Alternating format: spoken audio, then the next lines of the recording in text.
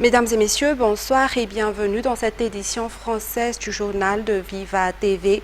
À la une des actualités, un individu proche de Yaris, le cerveau de l'incendie criminel d'un village à Nkazoubé, s'est rendu à la gendarmerie hier. 21 personnes sont actuellement en détention provisoire dans cette affaire, dont 18 transférées à Ntanmour et 4 au centre pénitentiaire d'Nkazoubé. Secharan Dianas nous en dit plus. Pascal, un ami proche de Yaris, qui n'est autre que le cerveau de l'incendie criminel d'un village à Nkazoubé, s'est rendu hier au commandement de la gendarmerie à Ntanetbé, Ntanvoul, dans le district d'Anzouzourbe.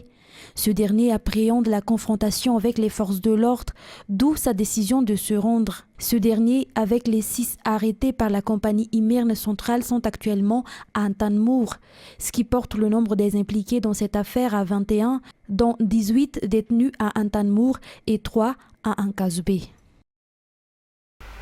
Dans le volet économique, les travaux de réhabilitation provisoire des routes nationales numéro 4 et 6 sont en cours d'achèvement. Ceci consiste en la mise en place d'un mur de soutènement ainsi que le bitumage de Maïvatanan à Mbunjmam. Le ministre des Travaux publics s'y est rendu sur place pour voir l'avancement des travaux. Antoniana Martina. Les routes nationales 4 et 6 sont parmi les routes nationales les plus endommagées selon les doléances des usagers de la route. Cela est dû au manque d'entretien selon les explications des transporteurs. Une réhabilitation urgente s'avère donc nécessaire. Les travaux ont commencé dans les zones les plus endommagées, si l'on ne cite que les zones d'éboulement, avec la construction de murs de soutènement lents de 70 mètres sur une hauteur de 4 mètres, mais également le bitumage. Les travaux sont entièrement financés par l'État malagasy, mais la société ISO est en charge des travaux de réhabilitation. Un ensemble de systèmes d'adduction d'eau potable vient d'être réalisé pour les communes d'Andunabé, dans la région Vatvav, et d'Anjenzat, dans la région Haute-Matiach. Hier, plus de 8000 personnes de la zone centrale de Madagascar en bénéficieront grâce au projet Ranwash et USAID. Ce modèle, mis en place dans les communes d'Anjenzat et d'Andunabé, reflète les prochaines installations à réaliser dans les régions et les communes en termes d'adduction d'eau potable en milieu rural, selon le ministère de l'Eau. Reportage.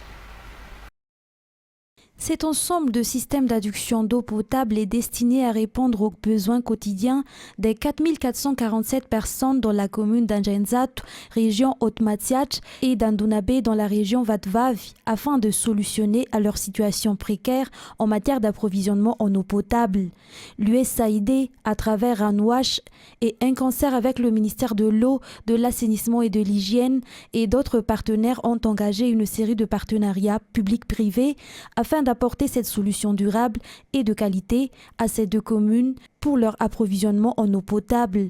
Ce projet de 30 millions de dollars s'étale sur 6 ans et vise à renforcer l'accès équitable à l'eau potable et à améliorer les services d'hygiène dans cette région du pays. Cette collaboration témoigne de nouveau de l'engagement des partenaires à soutenir le gouvernement malagasy en tenant compte des priorités de la politique générale de l'État par leurs programmes et projets, et se rallie à la concrétisation du Velran numéro 2 du président de la République, Andry Rajoelina. Dans le domaine de la santé, Madagascar figure parmi les 3 pays d'Afrique à faible taux de vaccination contre la Covid-19. Les stratégies pour cette vaccination se poursuivent avec d'autres stratégies pour faire face à la pandémie. Depuis le mois de juillet dernier, les 100 jours de campagne de vaccination ont débuté et une légère hausse du taux de vaccination a été remarquée selon les explications du directeur général de la prévention sanitaire auprès du ministère de la Santé publique. Une formation et partage autour du projet Aratonai aura lieu durant 4 jours à Manakar, Antsirabe et Tuamasin, qui sont les circonscriptions bénéficiaires. Les responsables au niveau des régions Ambujmani, Hitasi, Analandrou, Fualochamangour, Analamanga, Menabe, Atsimotnanan, Vatvav et Fitfnand sont les principaux concernés. Le but principal de cette formation est de renforcer la capacité en politique et stratégie nationale de la politique protection sociale et de la coordination du projet Aratunen pour permettre à ces derniers de facilement faire face à leur rôle au niveau de leurs régions respectives.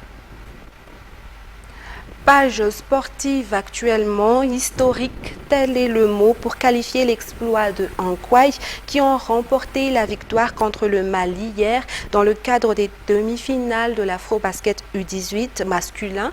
Les Maliens qui sont les champions en titre ont été battus par nos joueurs sur le score de 84-81 hier au Palais des Sports Mahamasn. Une grande victoire pour l'équipe nationale car en effet, non seulement ils sont qualifiés pour la finale, mais ils sont également pour la Coupe du Monde 2023 U19 qui se tiendra en Espagne. Les Ankwai de Madagascar ont ravi leurs supporters hier lors de la demi-finale de l'Afrobasket U18 masculin au Palais des Sports Mahamasn face aux Maliens.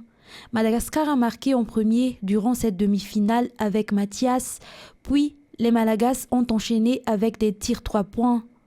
Ils ont ainsi mené dès le début du match. Les Maliens ont essayé de prendre le contrôle à compter de la 6e minute du jeu. À 24 secondes du premier quart-temps, le score était serré. Mais les Ankwai ont pu atteindre les 25 points au terme du premier quart-temps. Le match était tendu durant les 6 premières minutes du deuxième quart-temps du côté des deux équipes. Mais vers la fin du deuxième quart-temps, les Ankwai ont rattrapé leur retard, d'où le score de 45-38 à la mi-temps.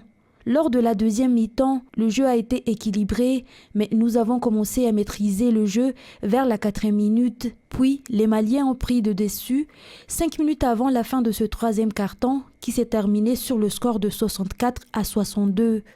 L'ambiance et l'adrénaline étaient au rendez-vous durant le dernier quart-temps décisif. Le Mali menait de 7 points 3 minutes avant la fin du match. Un lancer franc a été accordé aux Malagasy suite à 5 fautes d'équipe, ce qui leur a permis de rattraper les Maliens. Jerry a assuré côté Malagasy et a permis d'obtenir le score final de 84-81 en faveur des Ankwai. La finale aura lieu ce dimanche au Palais des Sports de Mahamasn. Madagascar affrontera l'Égypte. En outre, cette victoire nous qualifie également pour la Coupe du Monde U19 qui se déroulera en 2023 en Espagne. Les tickets d'entrée pour la finale de l'Afrobasket U18 masculin seront disponibles à partir de demain à 11h au Palais des Sports et de la Culture Mahamasn. Un ticket, une personne, précise la Fédération de basket Malagasy. Pour satisfaire les amateurs et supporters, la finale sera retransmise en direct. Une fan zone sera également installée hors du stade Barea Mahamasn et dans plusieurs circonscriptions d'Antananarivo selon les organisateurs. Anduniana Martina et Anzar Razonashvili. La finale de l'Afrobasket U18 masculin aura lieu demain, 14 août. Les tickets seront disponibles à partir de demain pour ceux qui veulent y assister au Palais des Sports et de la Culture Mahamasn à partir de 11h au prix de 10 000 ariars. Des mesures spécifiques ont également été mises en place par la fédération pour les tickets VIP. Une fan zone sera aussi mise en place pour permettre au plus grand nombre de profiter du match et surtout de soutenir les Ankwai. Le match sera également diffusé en direct sur la chaîne Viva, comme elle a diffusé tous les matchs de l'Afrobasket. Passons maintenant aux actualités internationales. Il y a plus de 4 mois, l'armée russe occupait les villes de Boutcha et Irpin dans la banlieue de la capitale ukrainienne. Entre assistance psychologique à la population et travail de reconstruction des infrastructures, les habitants tentent de retrouver un semblant de normalité. Un retour sur les lieux par France 24.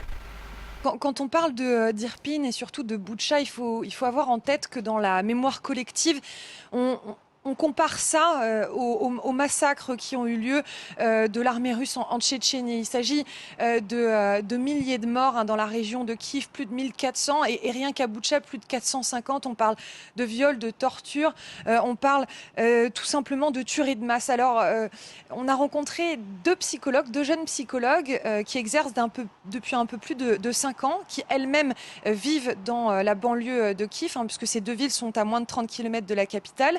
et qui ont dû fuir les bombardements, qui ont dû fuir les combats et qui, dès qu'elles ont pu revenir à Irpin, ont décidé en fait tout simplement de donner de leur temps gratuitement pour organiser des sessions collectives de thérapie. Elles parlent d'un traumatisme collectif, d'un traumatisme d'un pays entier, d'une région en particulier et de ces villes qui ont été traumatisées. Elles ont maintenant fini ces sessions de groupe et elles sont financées par un programme des Nations Unies pour aller plus loin dans la région, pour accompagner des individus et puis pour sensibiliser à l'importance de la santé mentale en période de guerre.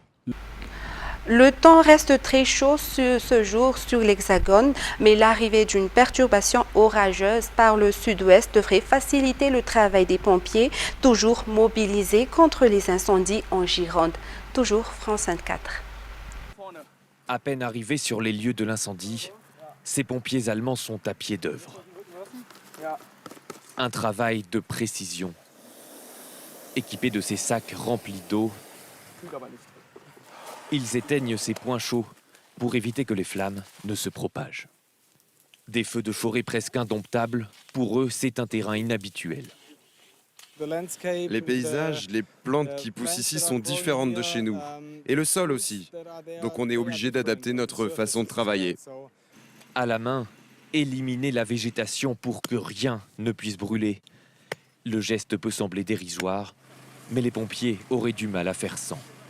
Soit on n'aurait pas eu de moyens engagés ici, ou soit on aurait engagé des moyens ici, mais au détriment d'un autre secteur. Donc ça nous permet de mieux couvrir le terrain. L'organisation n'est pas encore parfaite. Si je n'ai pas d'autorisation officielle, je ne peux pas utiliser ma radio en France. Il faut régler ça. Simon from Thomas. Et si un pompier français accompagne chaque équipe, la barrière de la langue ne facilite pas leur travail. C'est un langage technique, donc on arrive à se comprendre. Ça oblige à se concentrer peut-être un peu plus. Heiko Basten et ses collègues se sont tous portés volontaires pour lutter contre les flammes. Un geste de solidarité essentiel pour lui. On est fiers d'être ici. Tous les collègues ont très envie d'apprendre, de s'améliorer et aussi, bien sûr, de venir en aide aux pompiers français de façon efficace. Une soixantaine de soldats du feu allemands se relaient au plus près de l'incendie. Ils seront bientôt rejoints par 300 pompiers venus d'autres pays d'Europe. Et pour terminer ce journal, l'écrivain d'origine indienne Salman Rushdie, cible de menaces de mort depuis la publication des versets sataniques en 1988, a été placé sous assistance respiratoire après avoir été poignardé au cou vendredi alors qu'il s'apprêtait à participer à une conférence dans l'État de New York aux États-Unis. France 24. Après des heures d'attente, l'agresseur de Salman Rushdie est formellement identifié. Le suspect a été identifié comme étant Adi Matar, âgé de 24 ans, de Fairview, dans le New Jersey. Après son attaque, Salman Rushdie est transporté dans un hôpital de la région avant d'y subir une opération chirurgicale. D'après son agent, son état reste préoccupant. L'auteur britannique d'origine indienne a été agressé alors qu'il participait à une conférence sur la liberté artistique dans l'État de New York. Mais à peine monté sur scène, l'assaillant se jette sur lui. Il s'est approché de M. Rushdie très rapidement et puis il a commencé à le poignarder. Des gens du public ont couru sur la scène et ont plaqué l'agresseur au sol. Si les motifs de l'attaque restent pour l'instant inconnus, les autorités soupçonnent la fatwa lancée contre l'écrivain. En 1989, l'ayatollah Khomeini avait appelé à son meurtre après la publication de son livre Les versets sataniques, jugé blasphématoire envers le prophète Mahomet. Considéré depuis comme un symbole de la lutte contre l'obscurantisme religieux, cette tentative de meurtre a provoqué la stupeur dans le monde entier. Le Premier ministre britannique Boris Johnson a fait part de son indignation. Je suis atterré que Salman Rushdie ait été poignardé, alors qu'il exerçait un droit que nous ne devrions jamais cesser de défendre. Salman Rushdie vit aux États-Unis depuis presque 20 ans. Pour se protéger des menaces de mort, l'auteur vivait dans la clandestinité et bénéficiait d'une protection policière.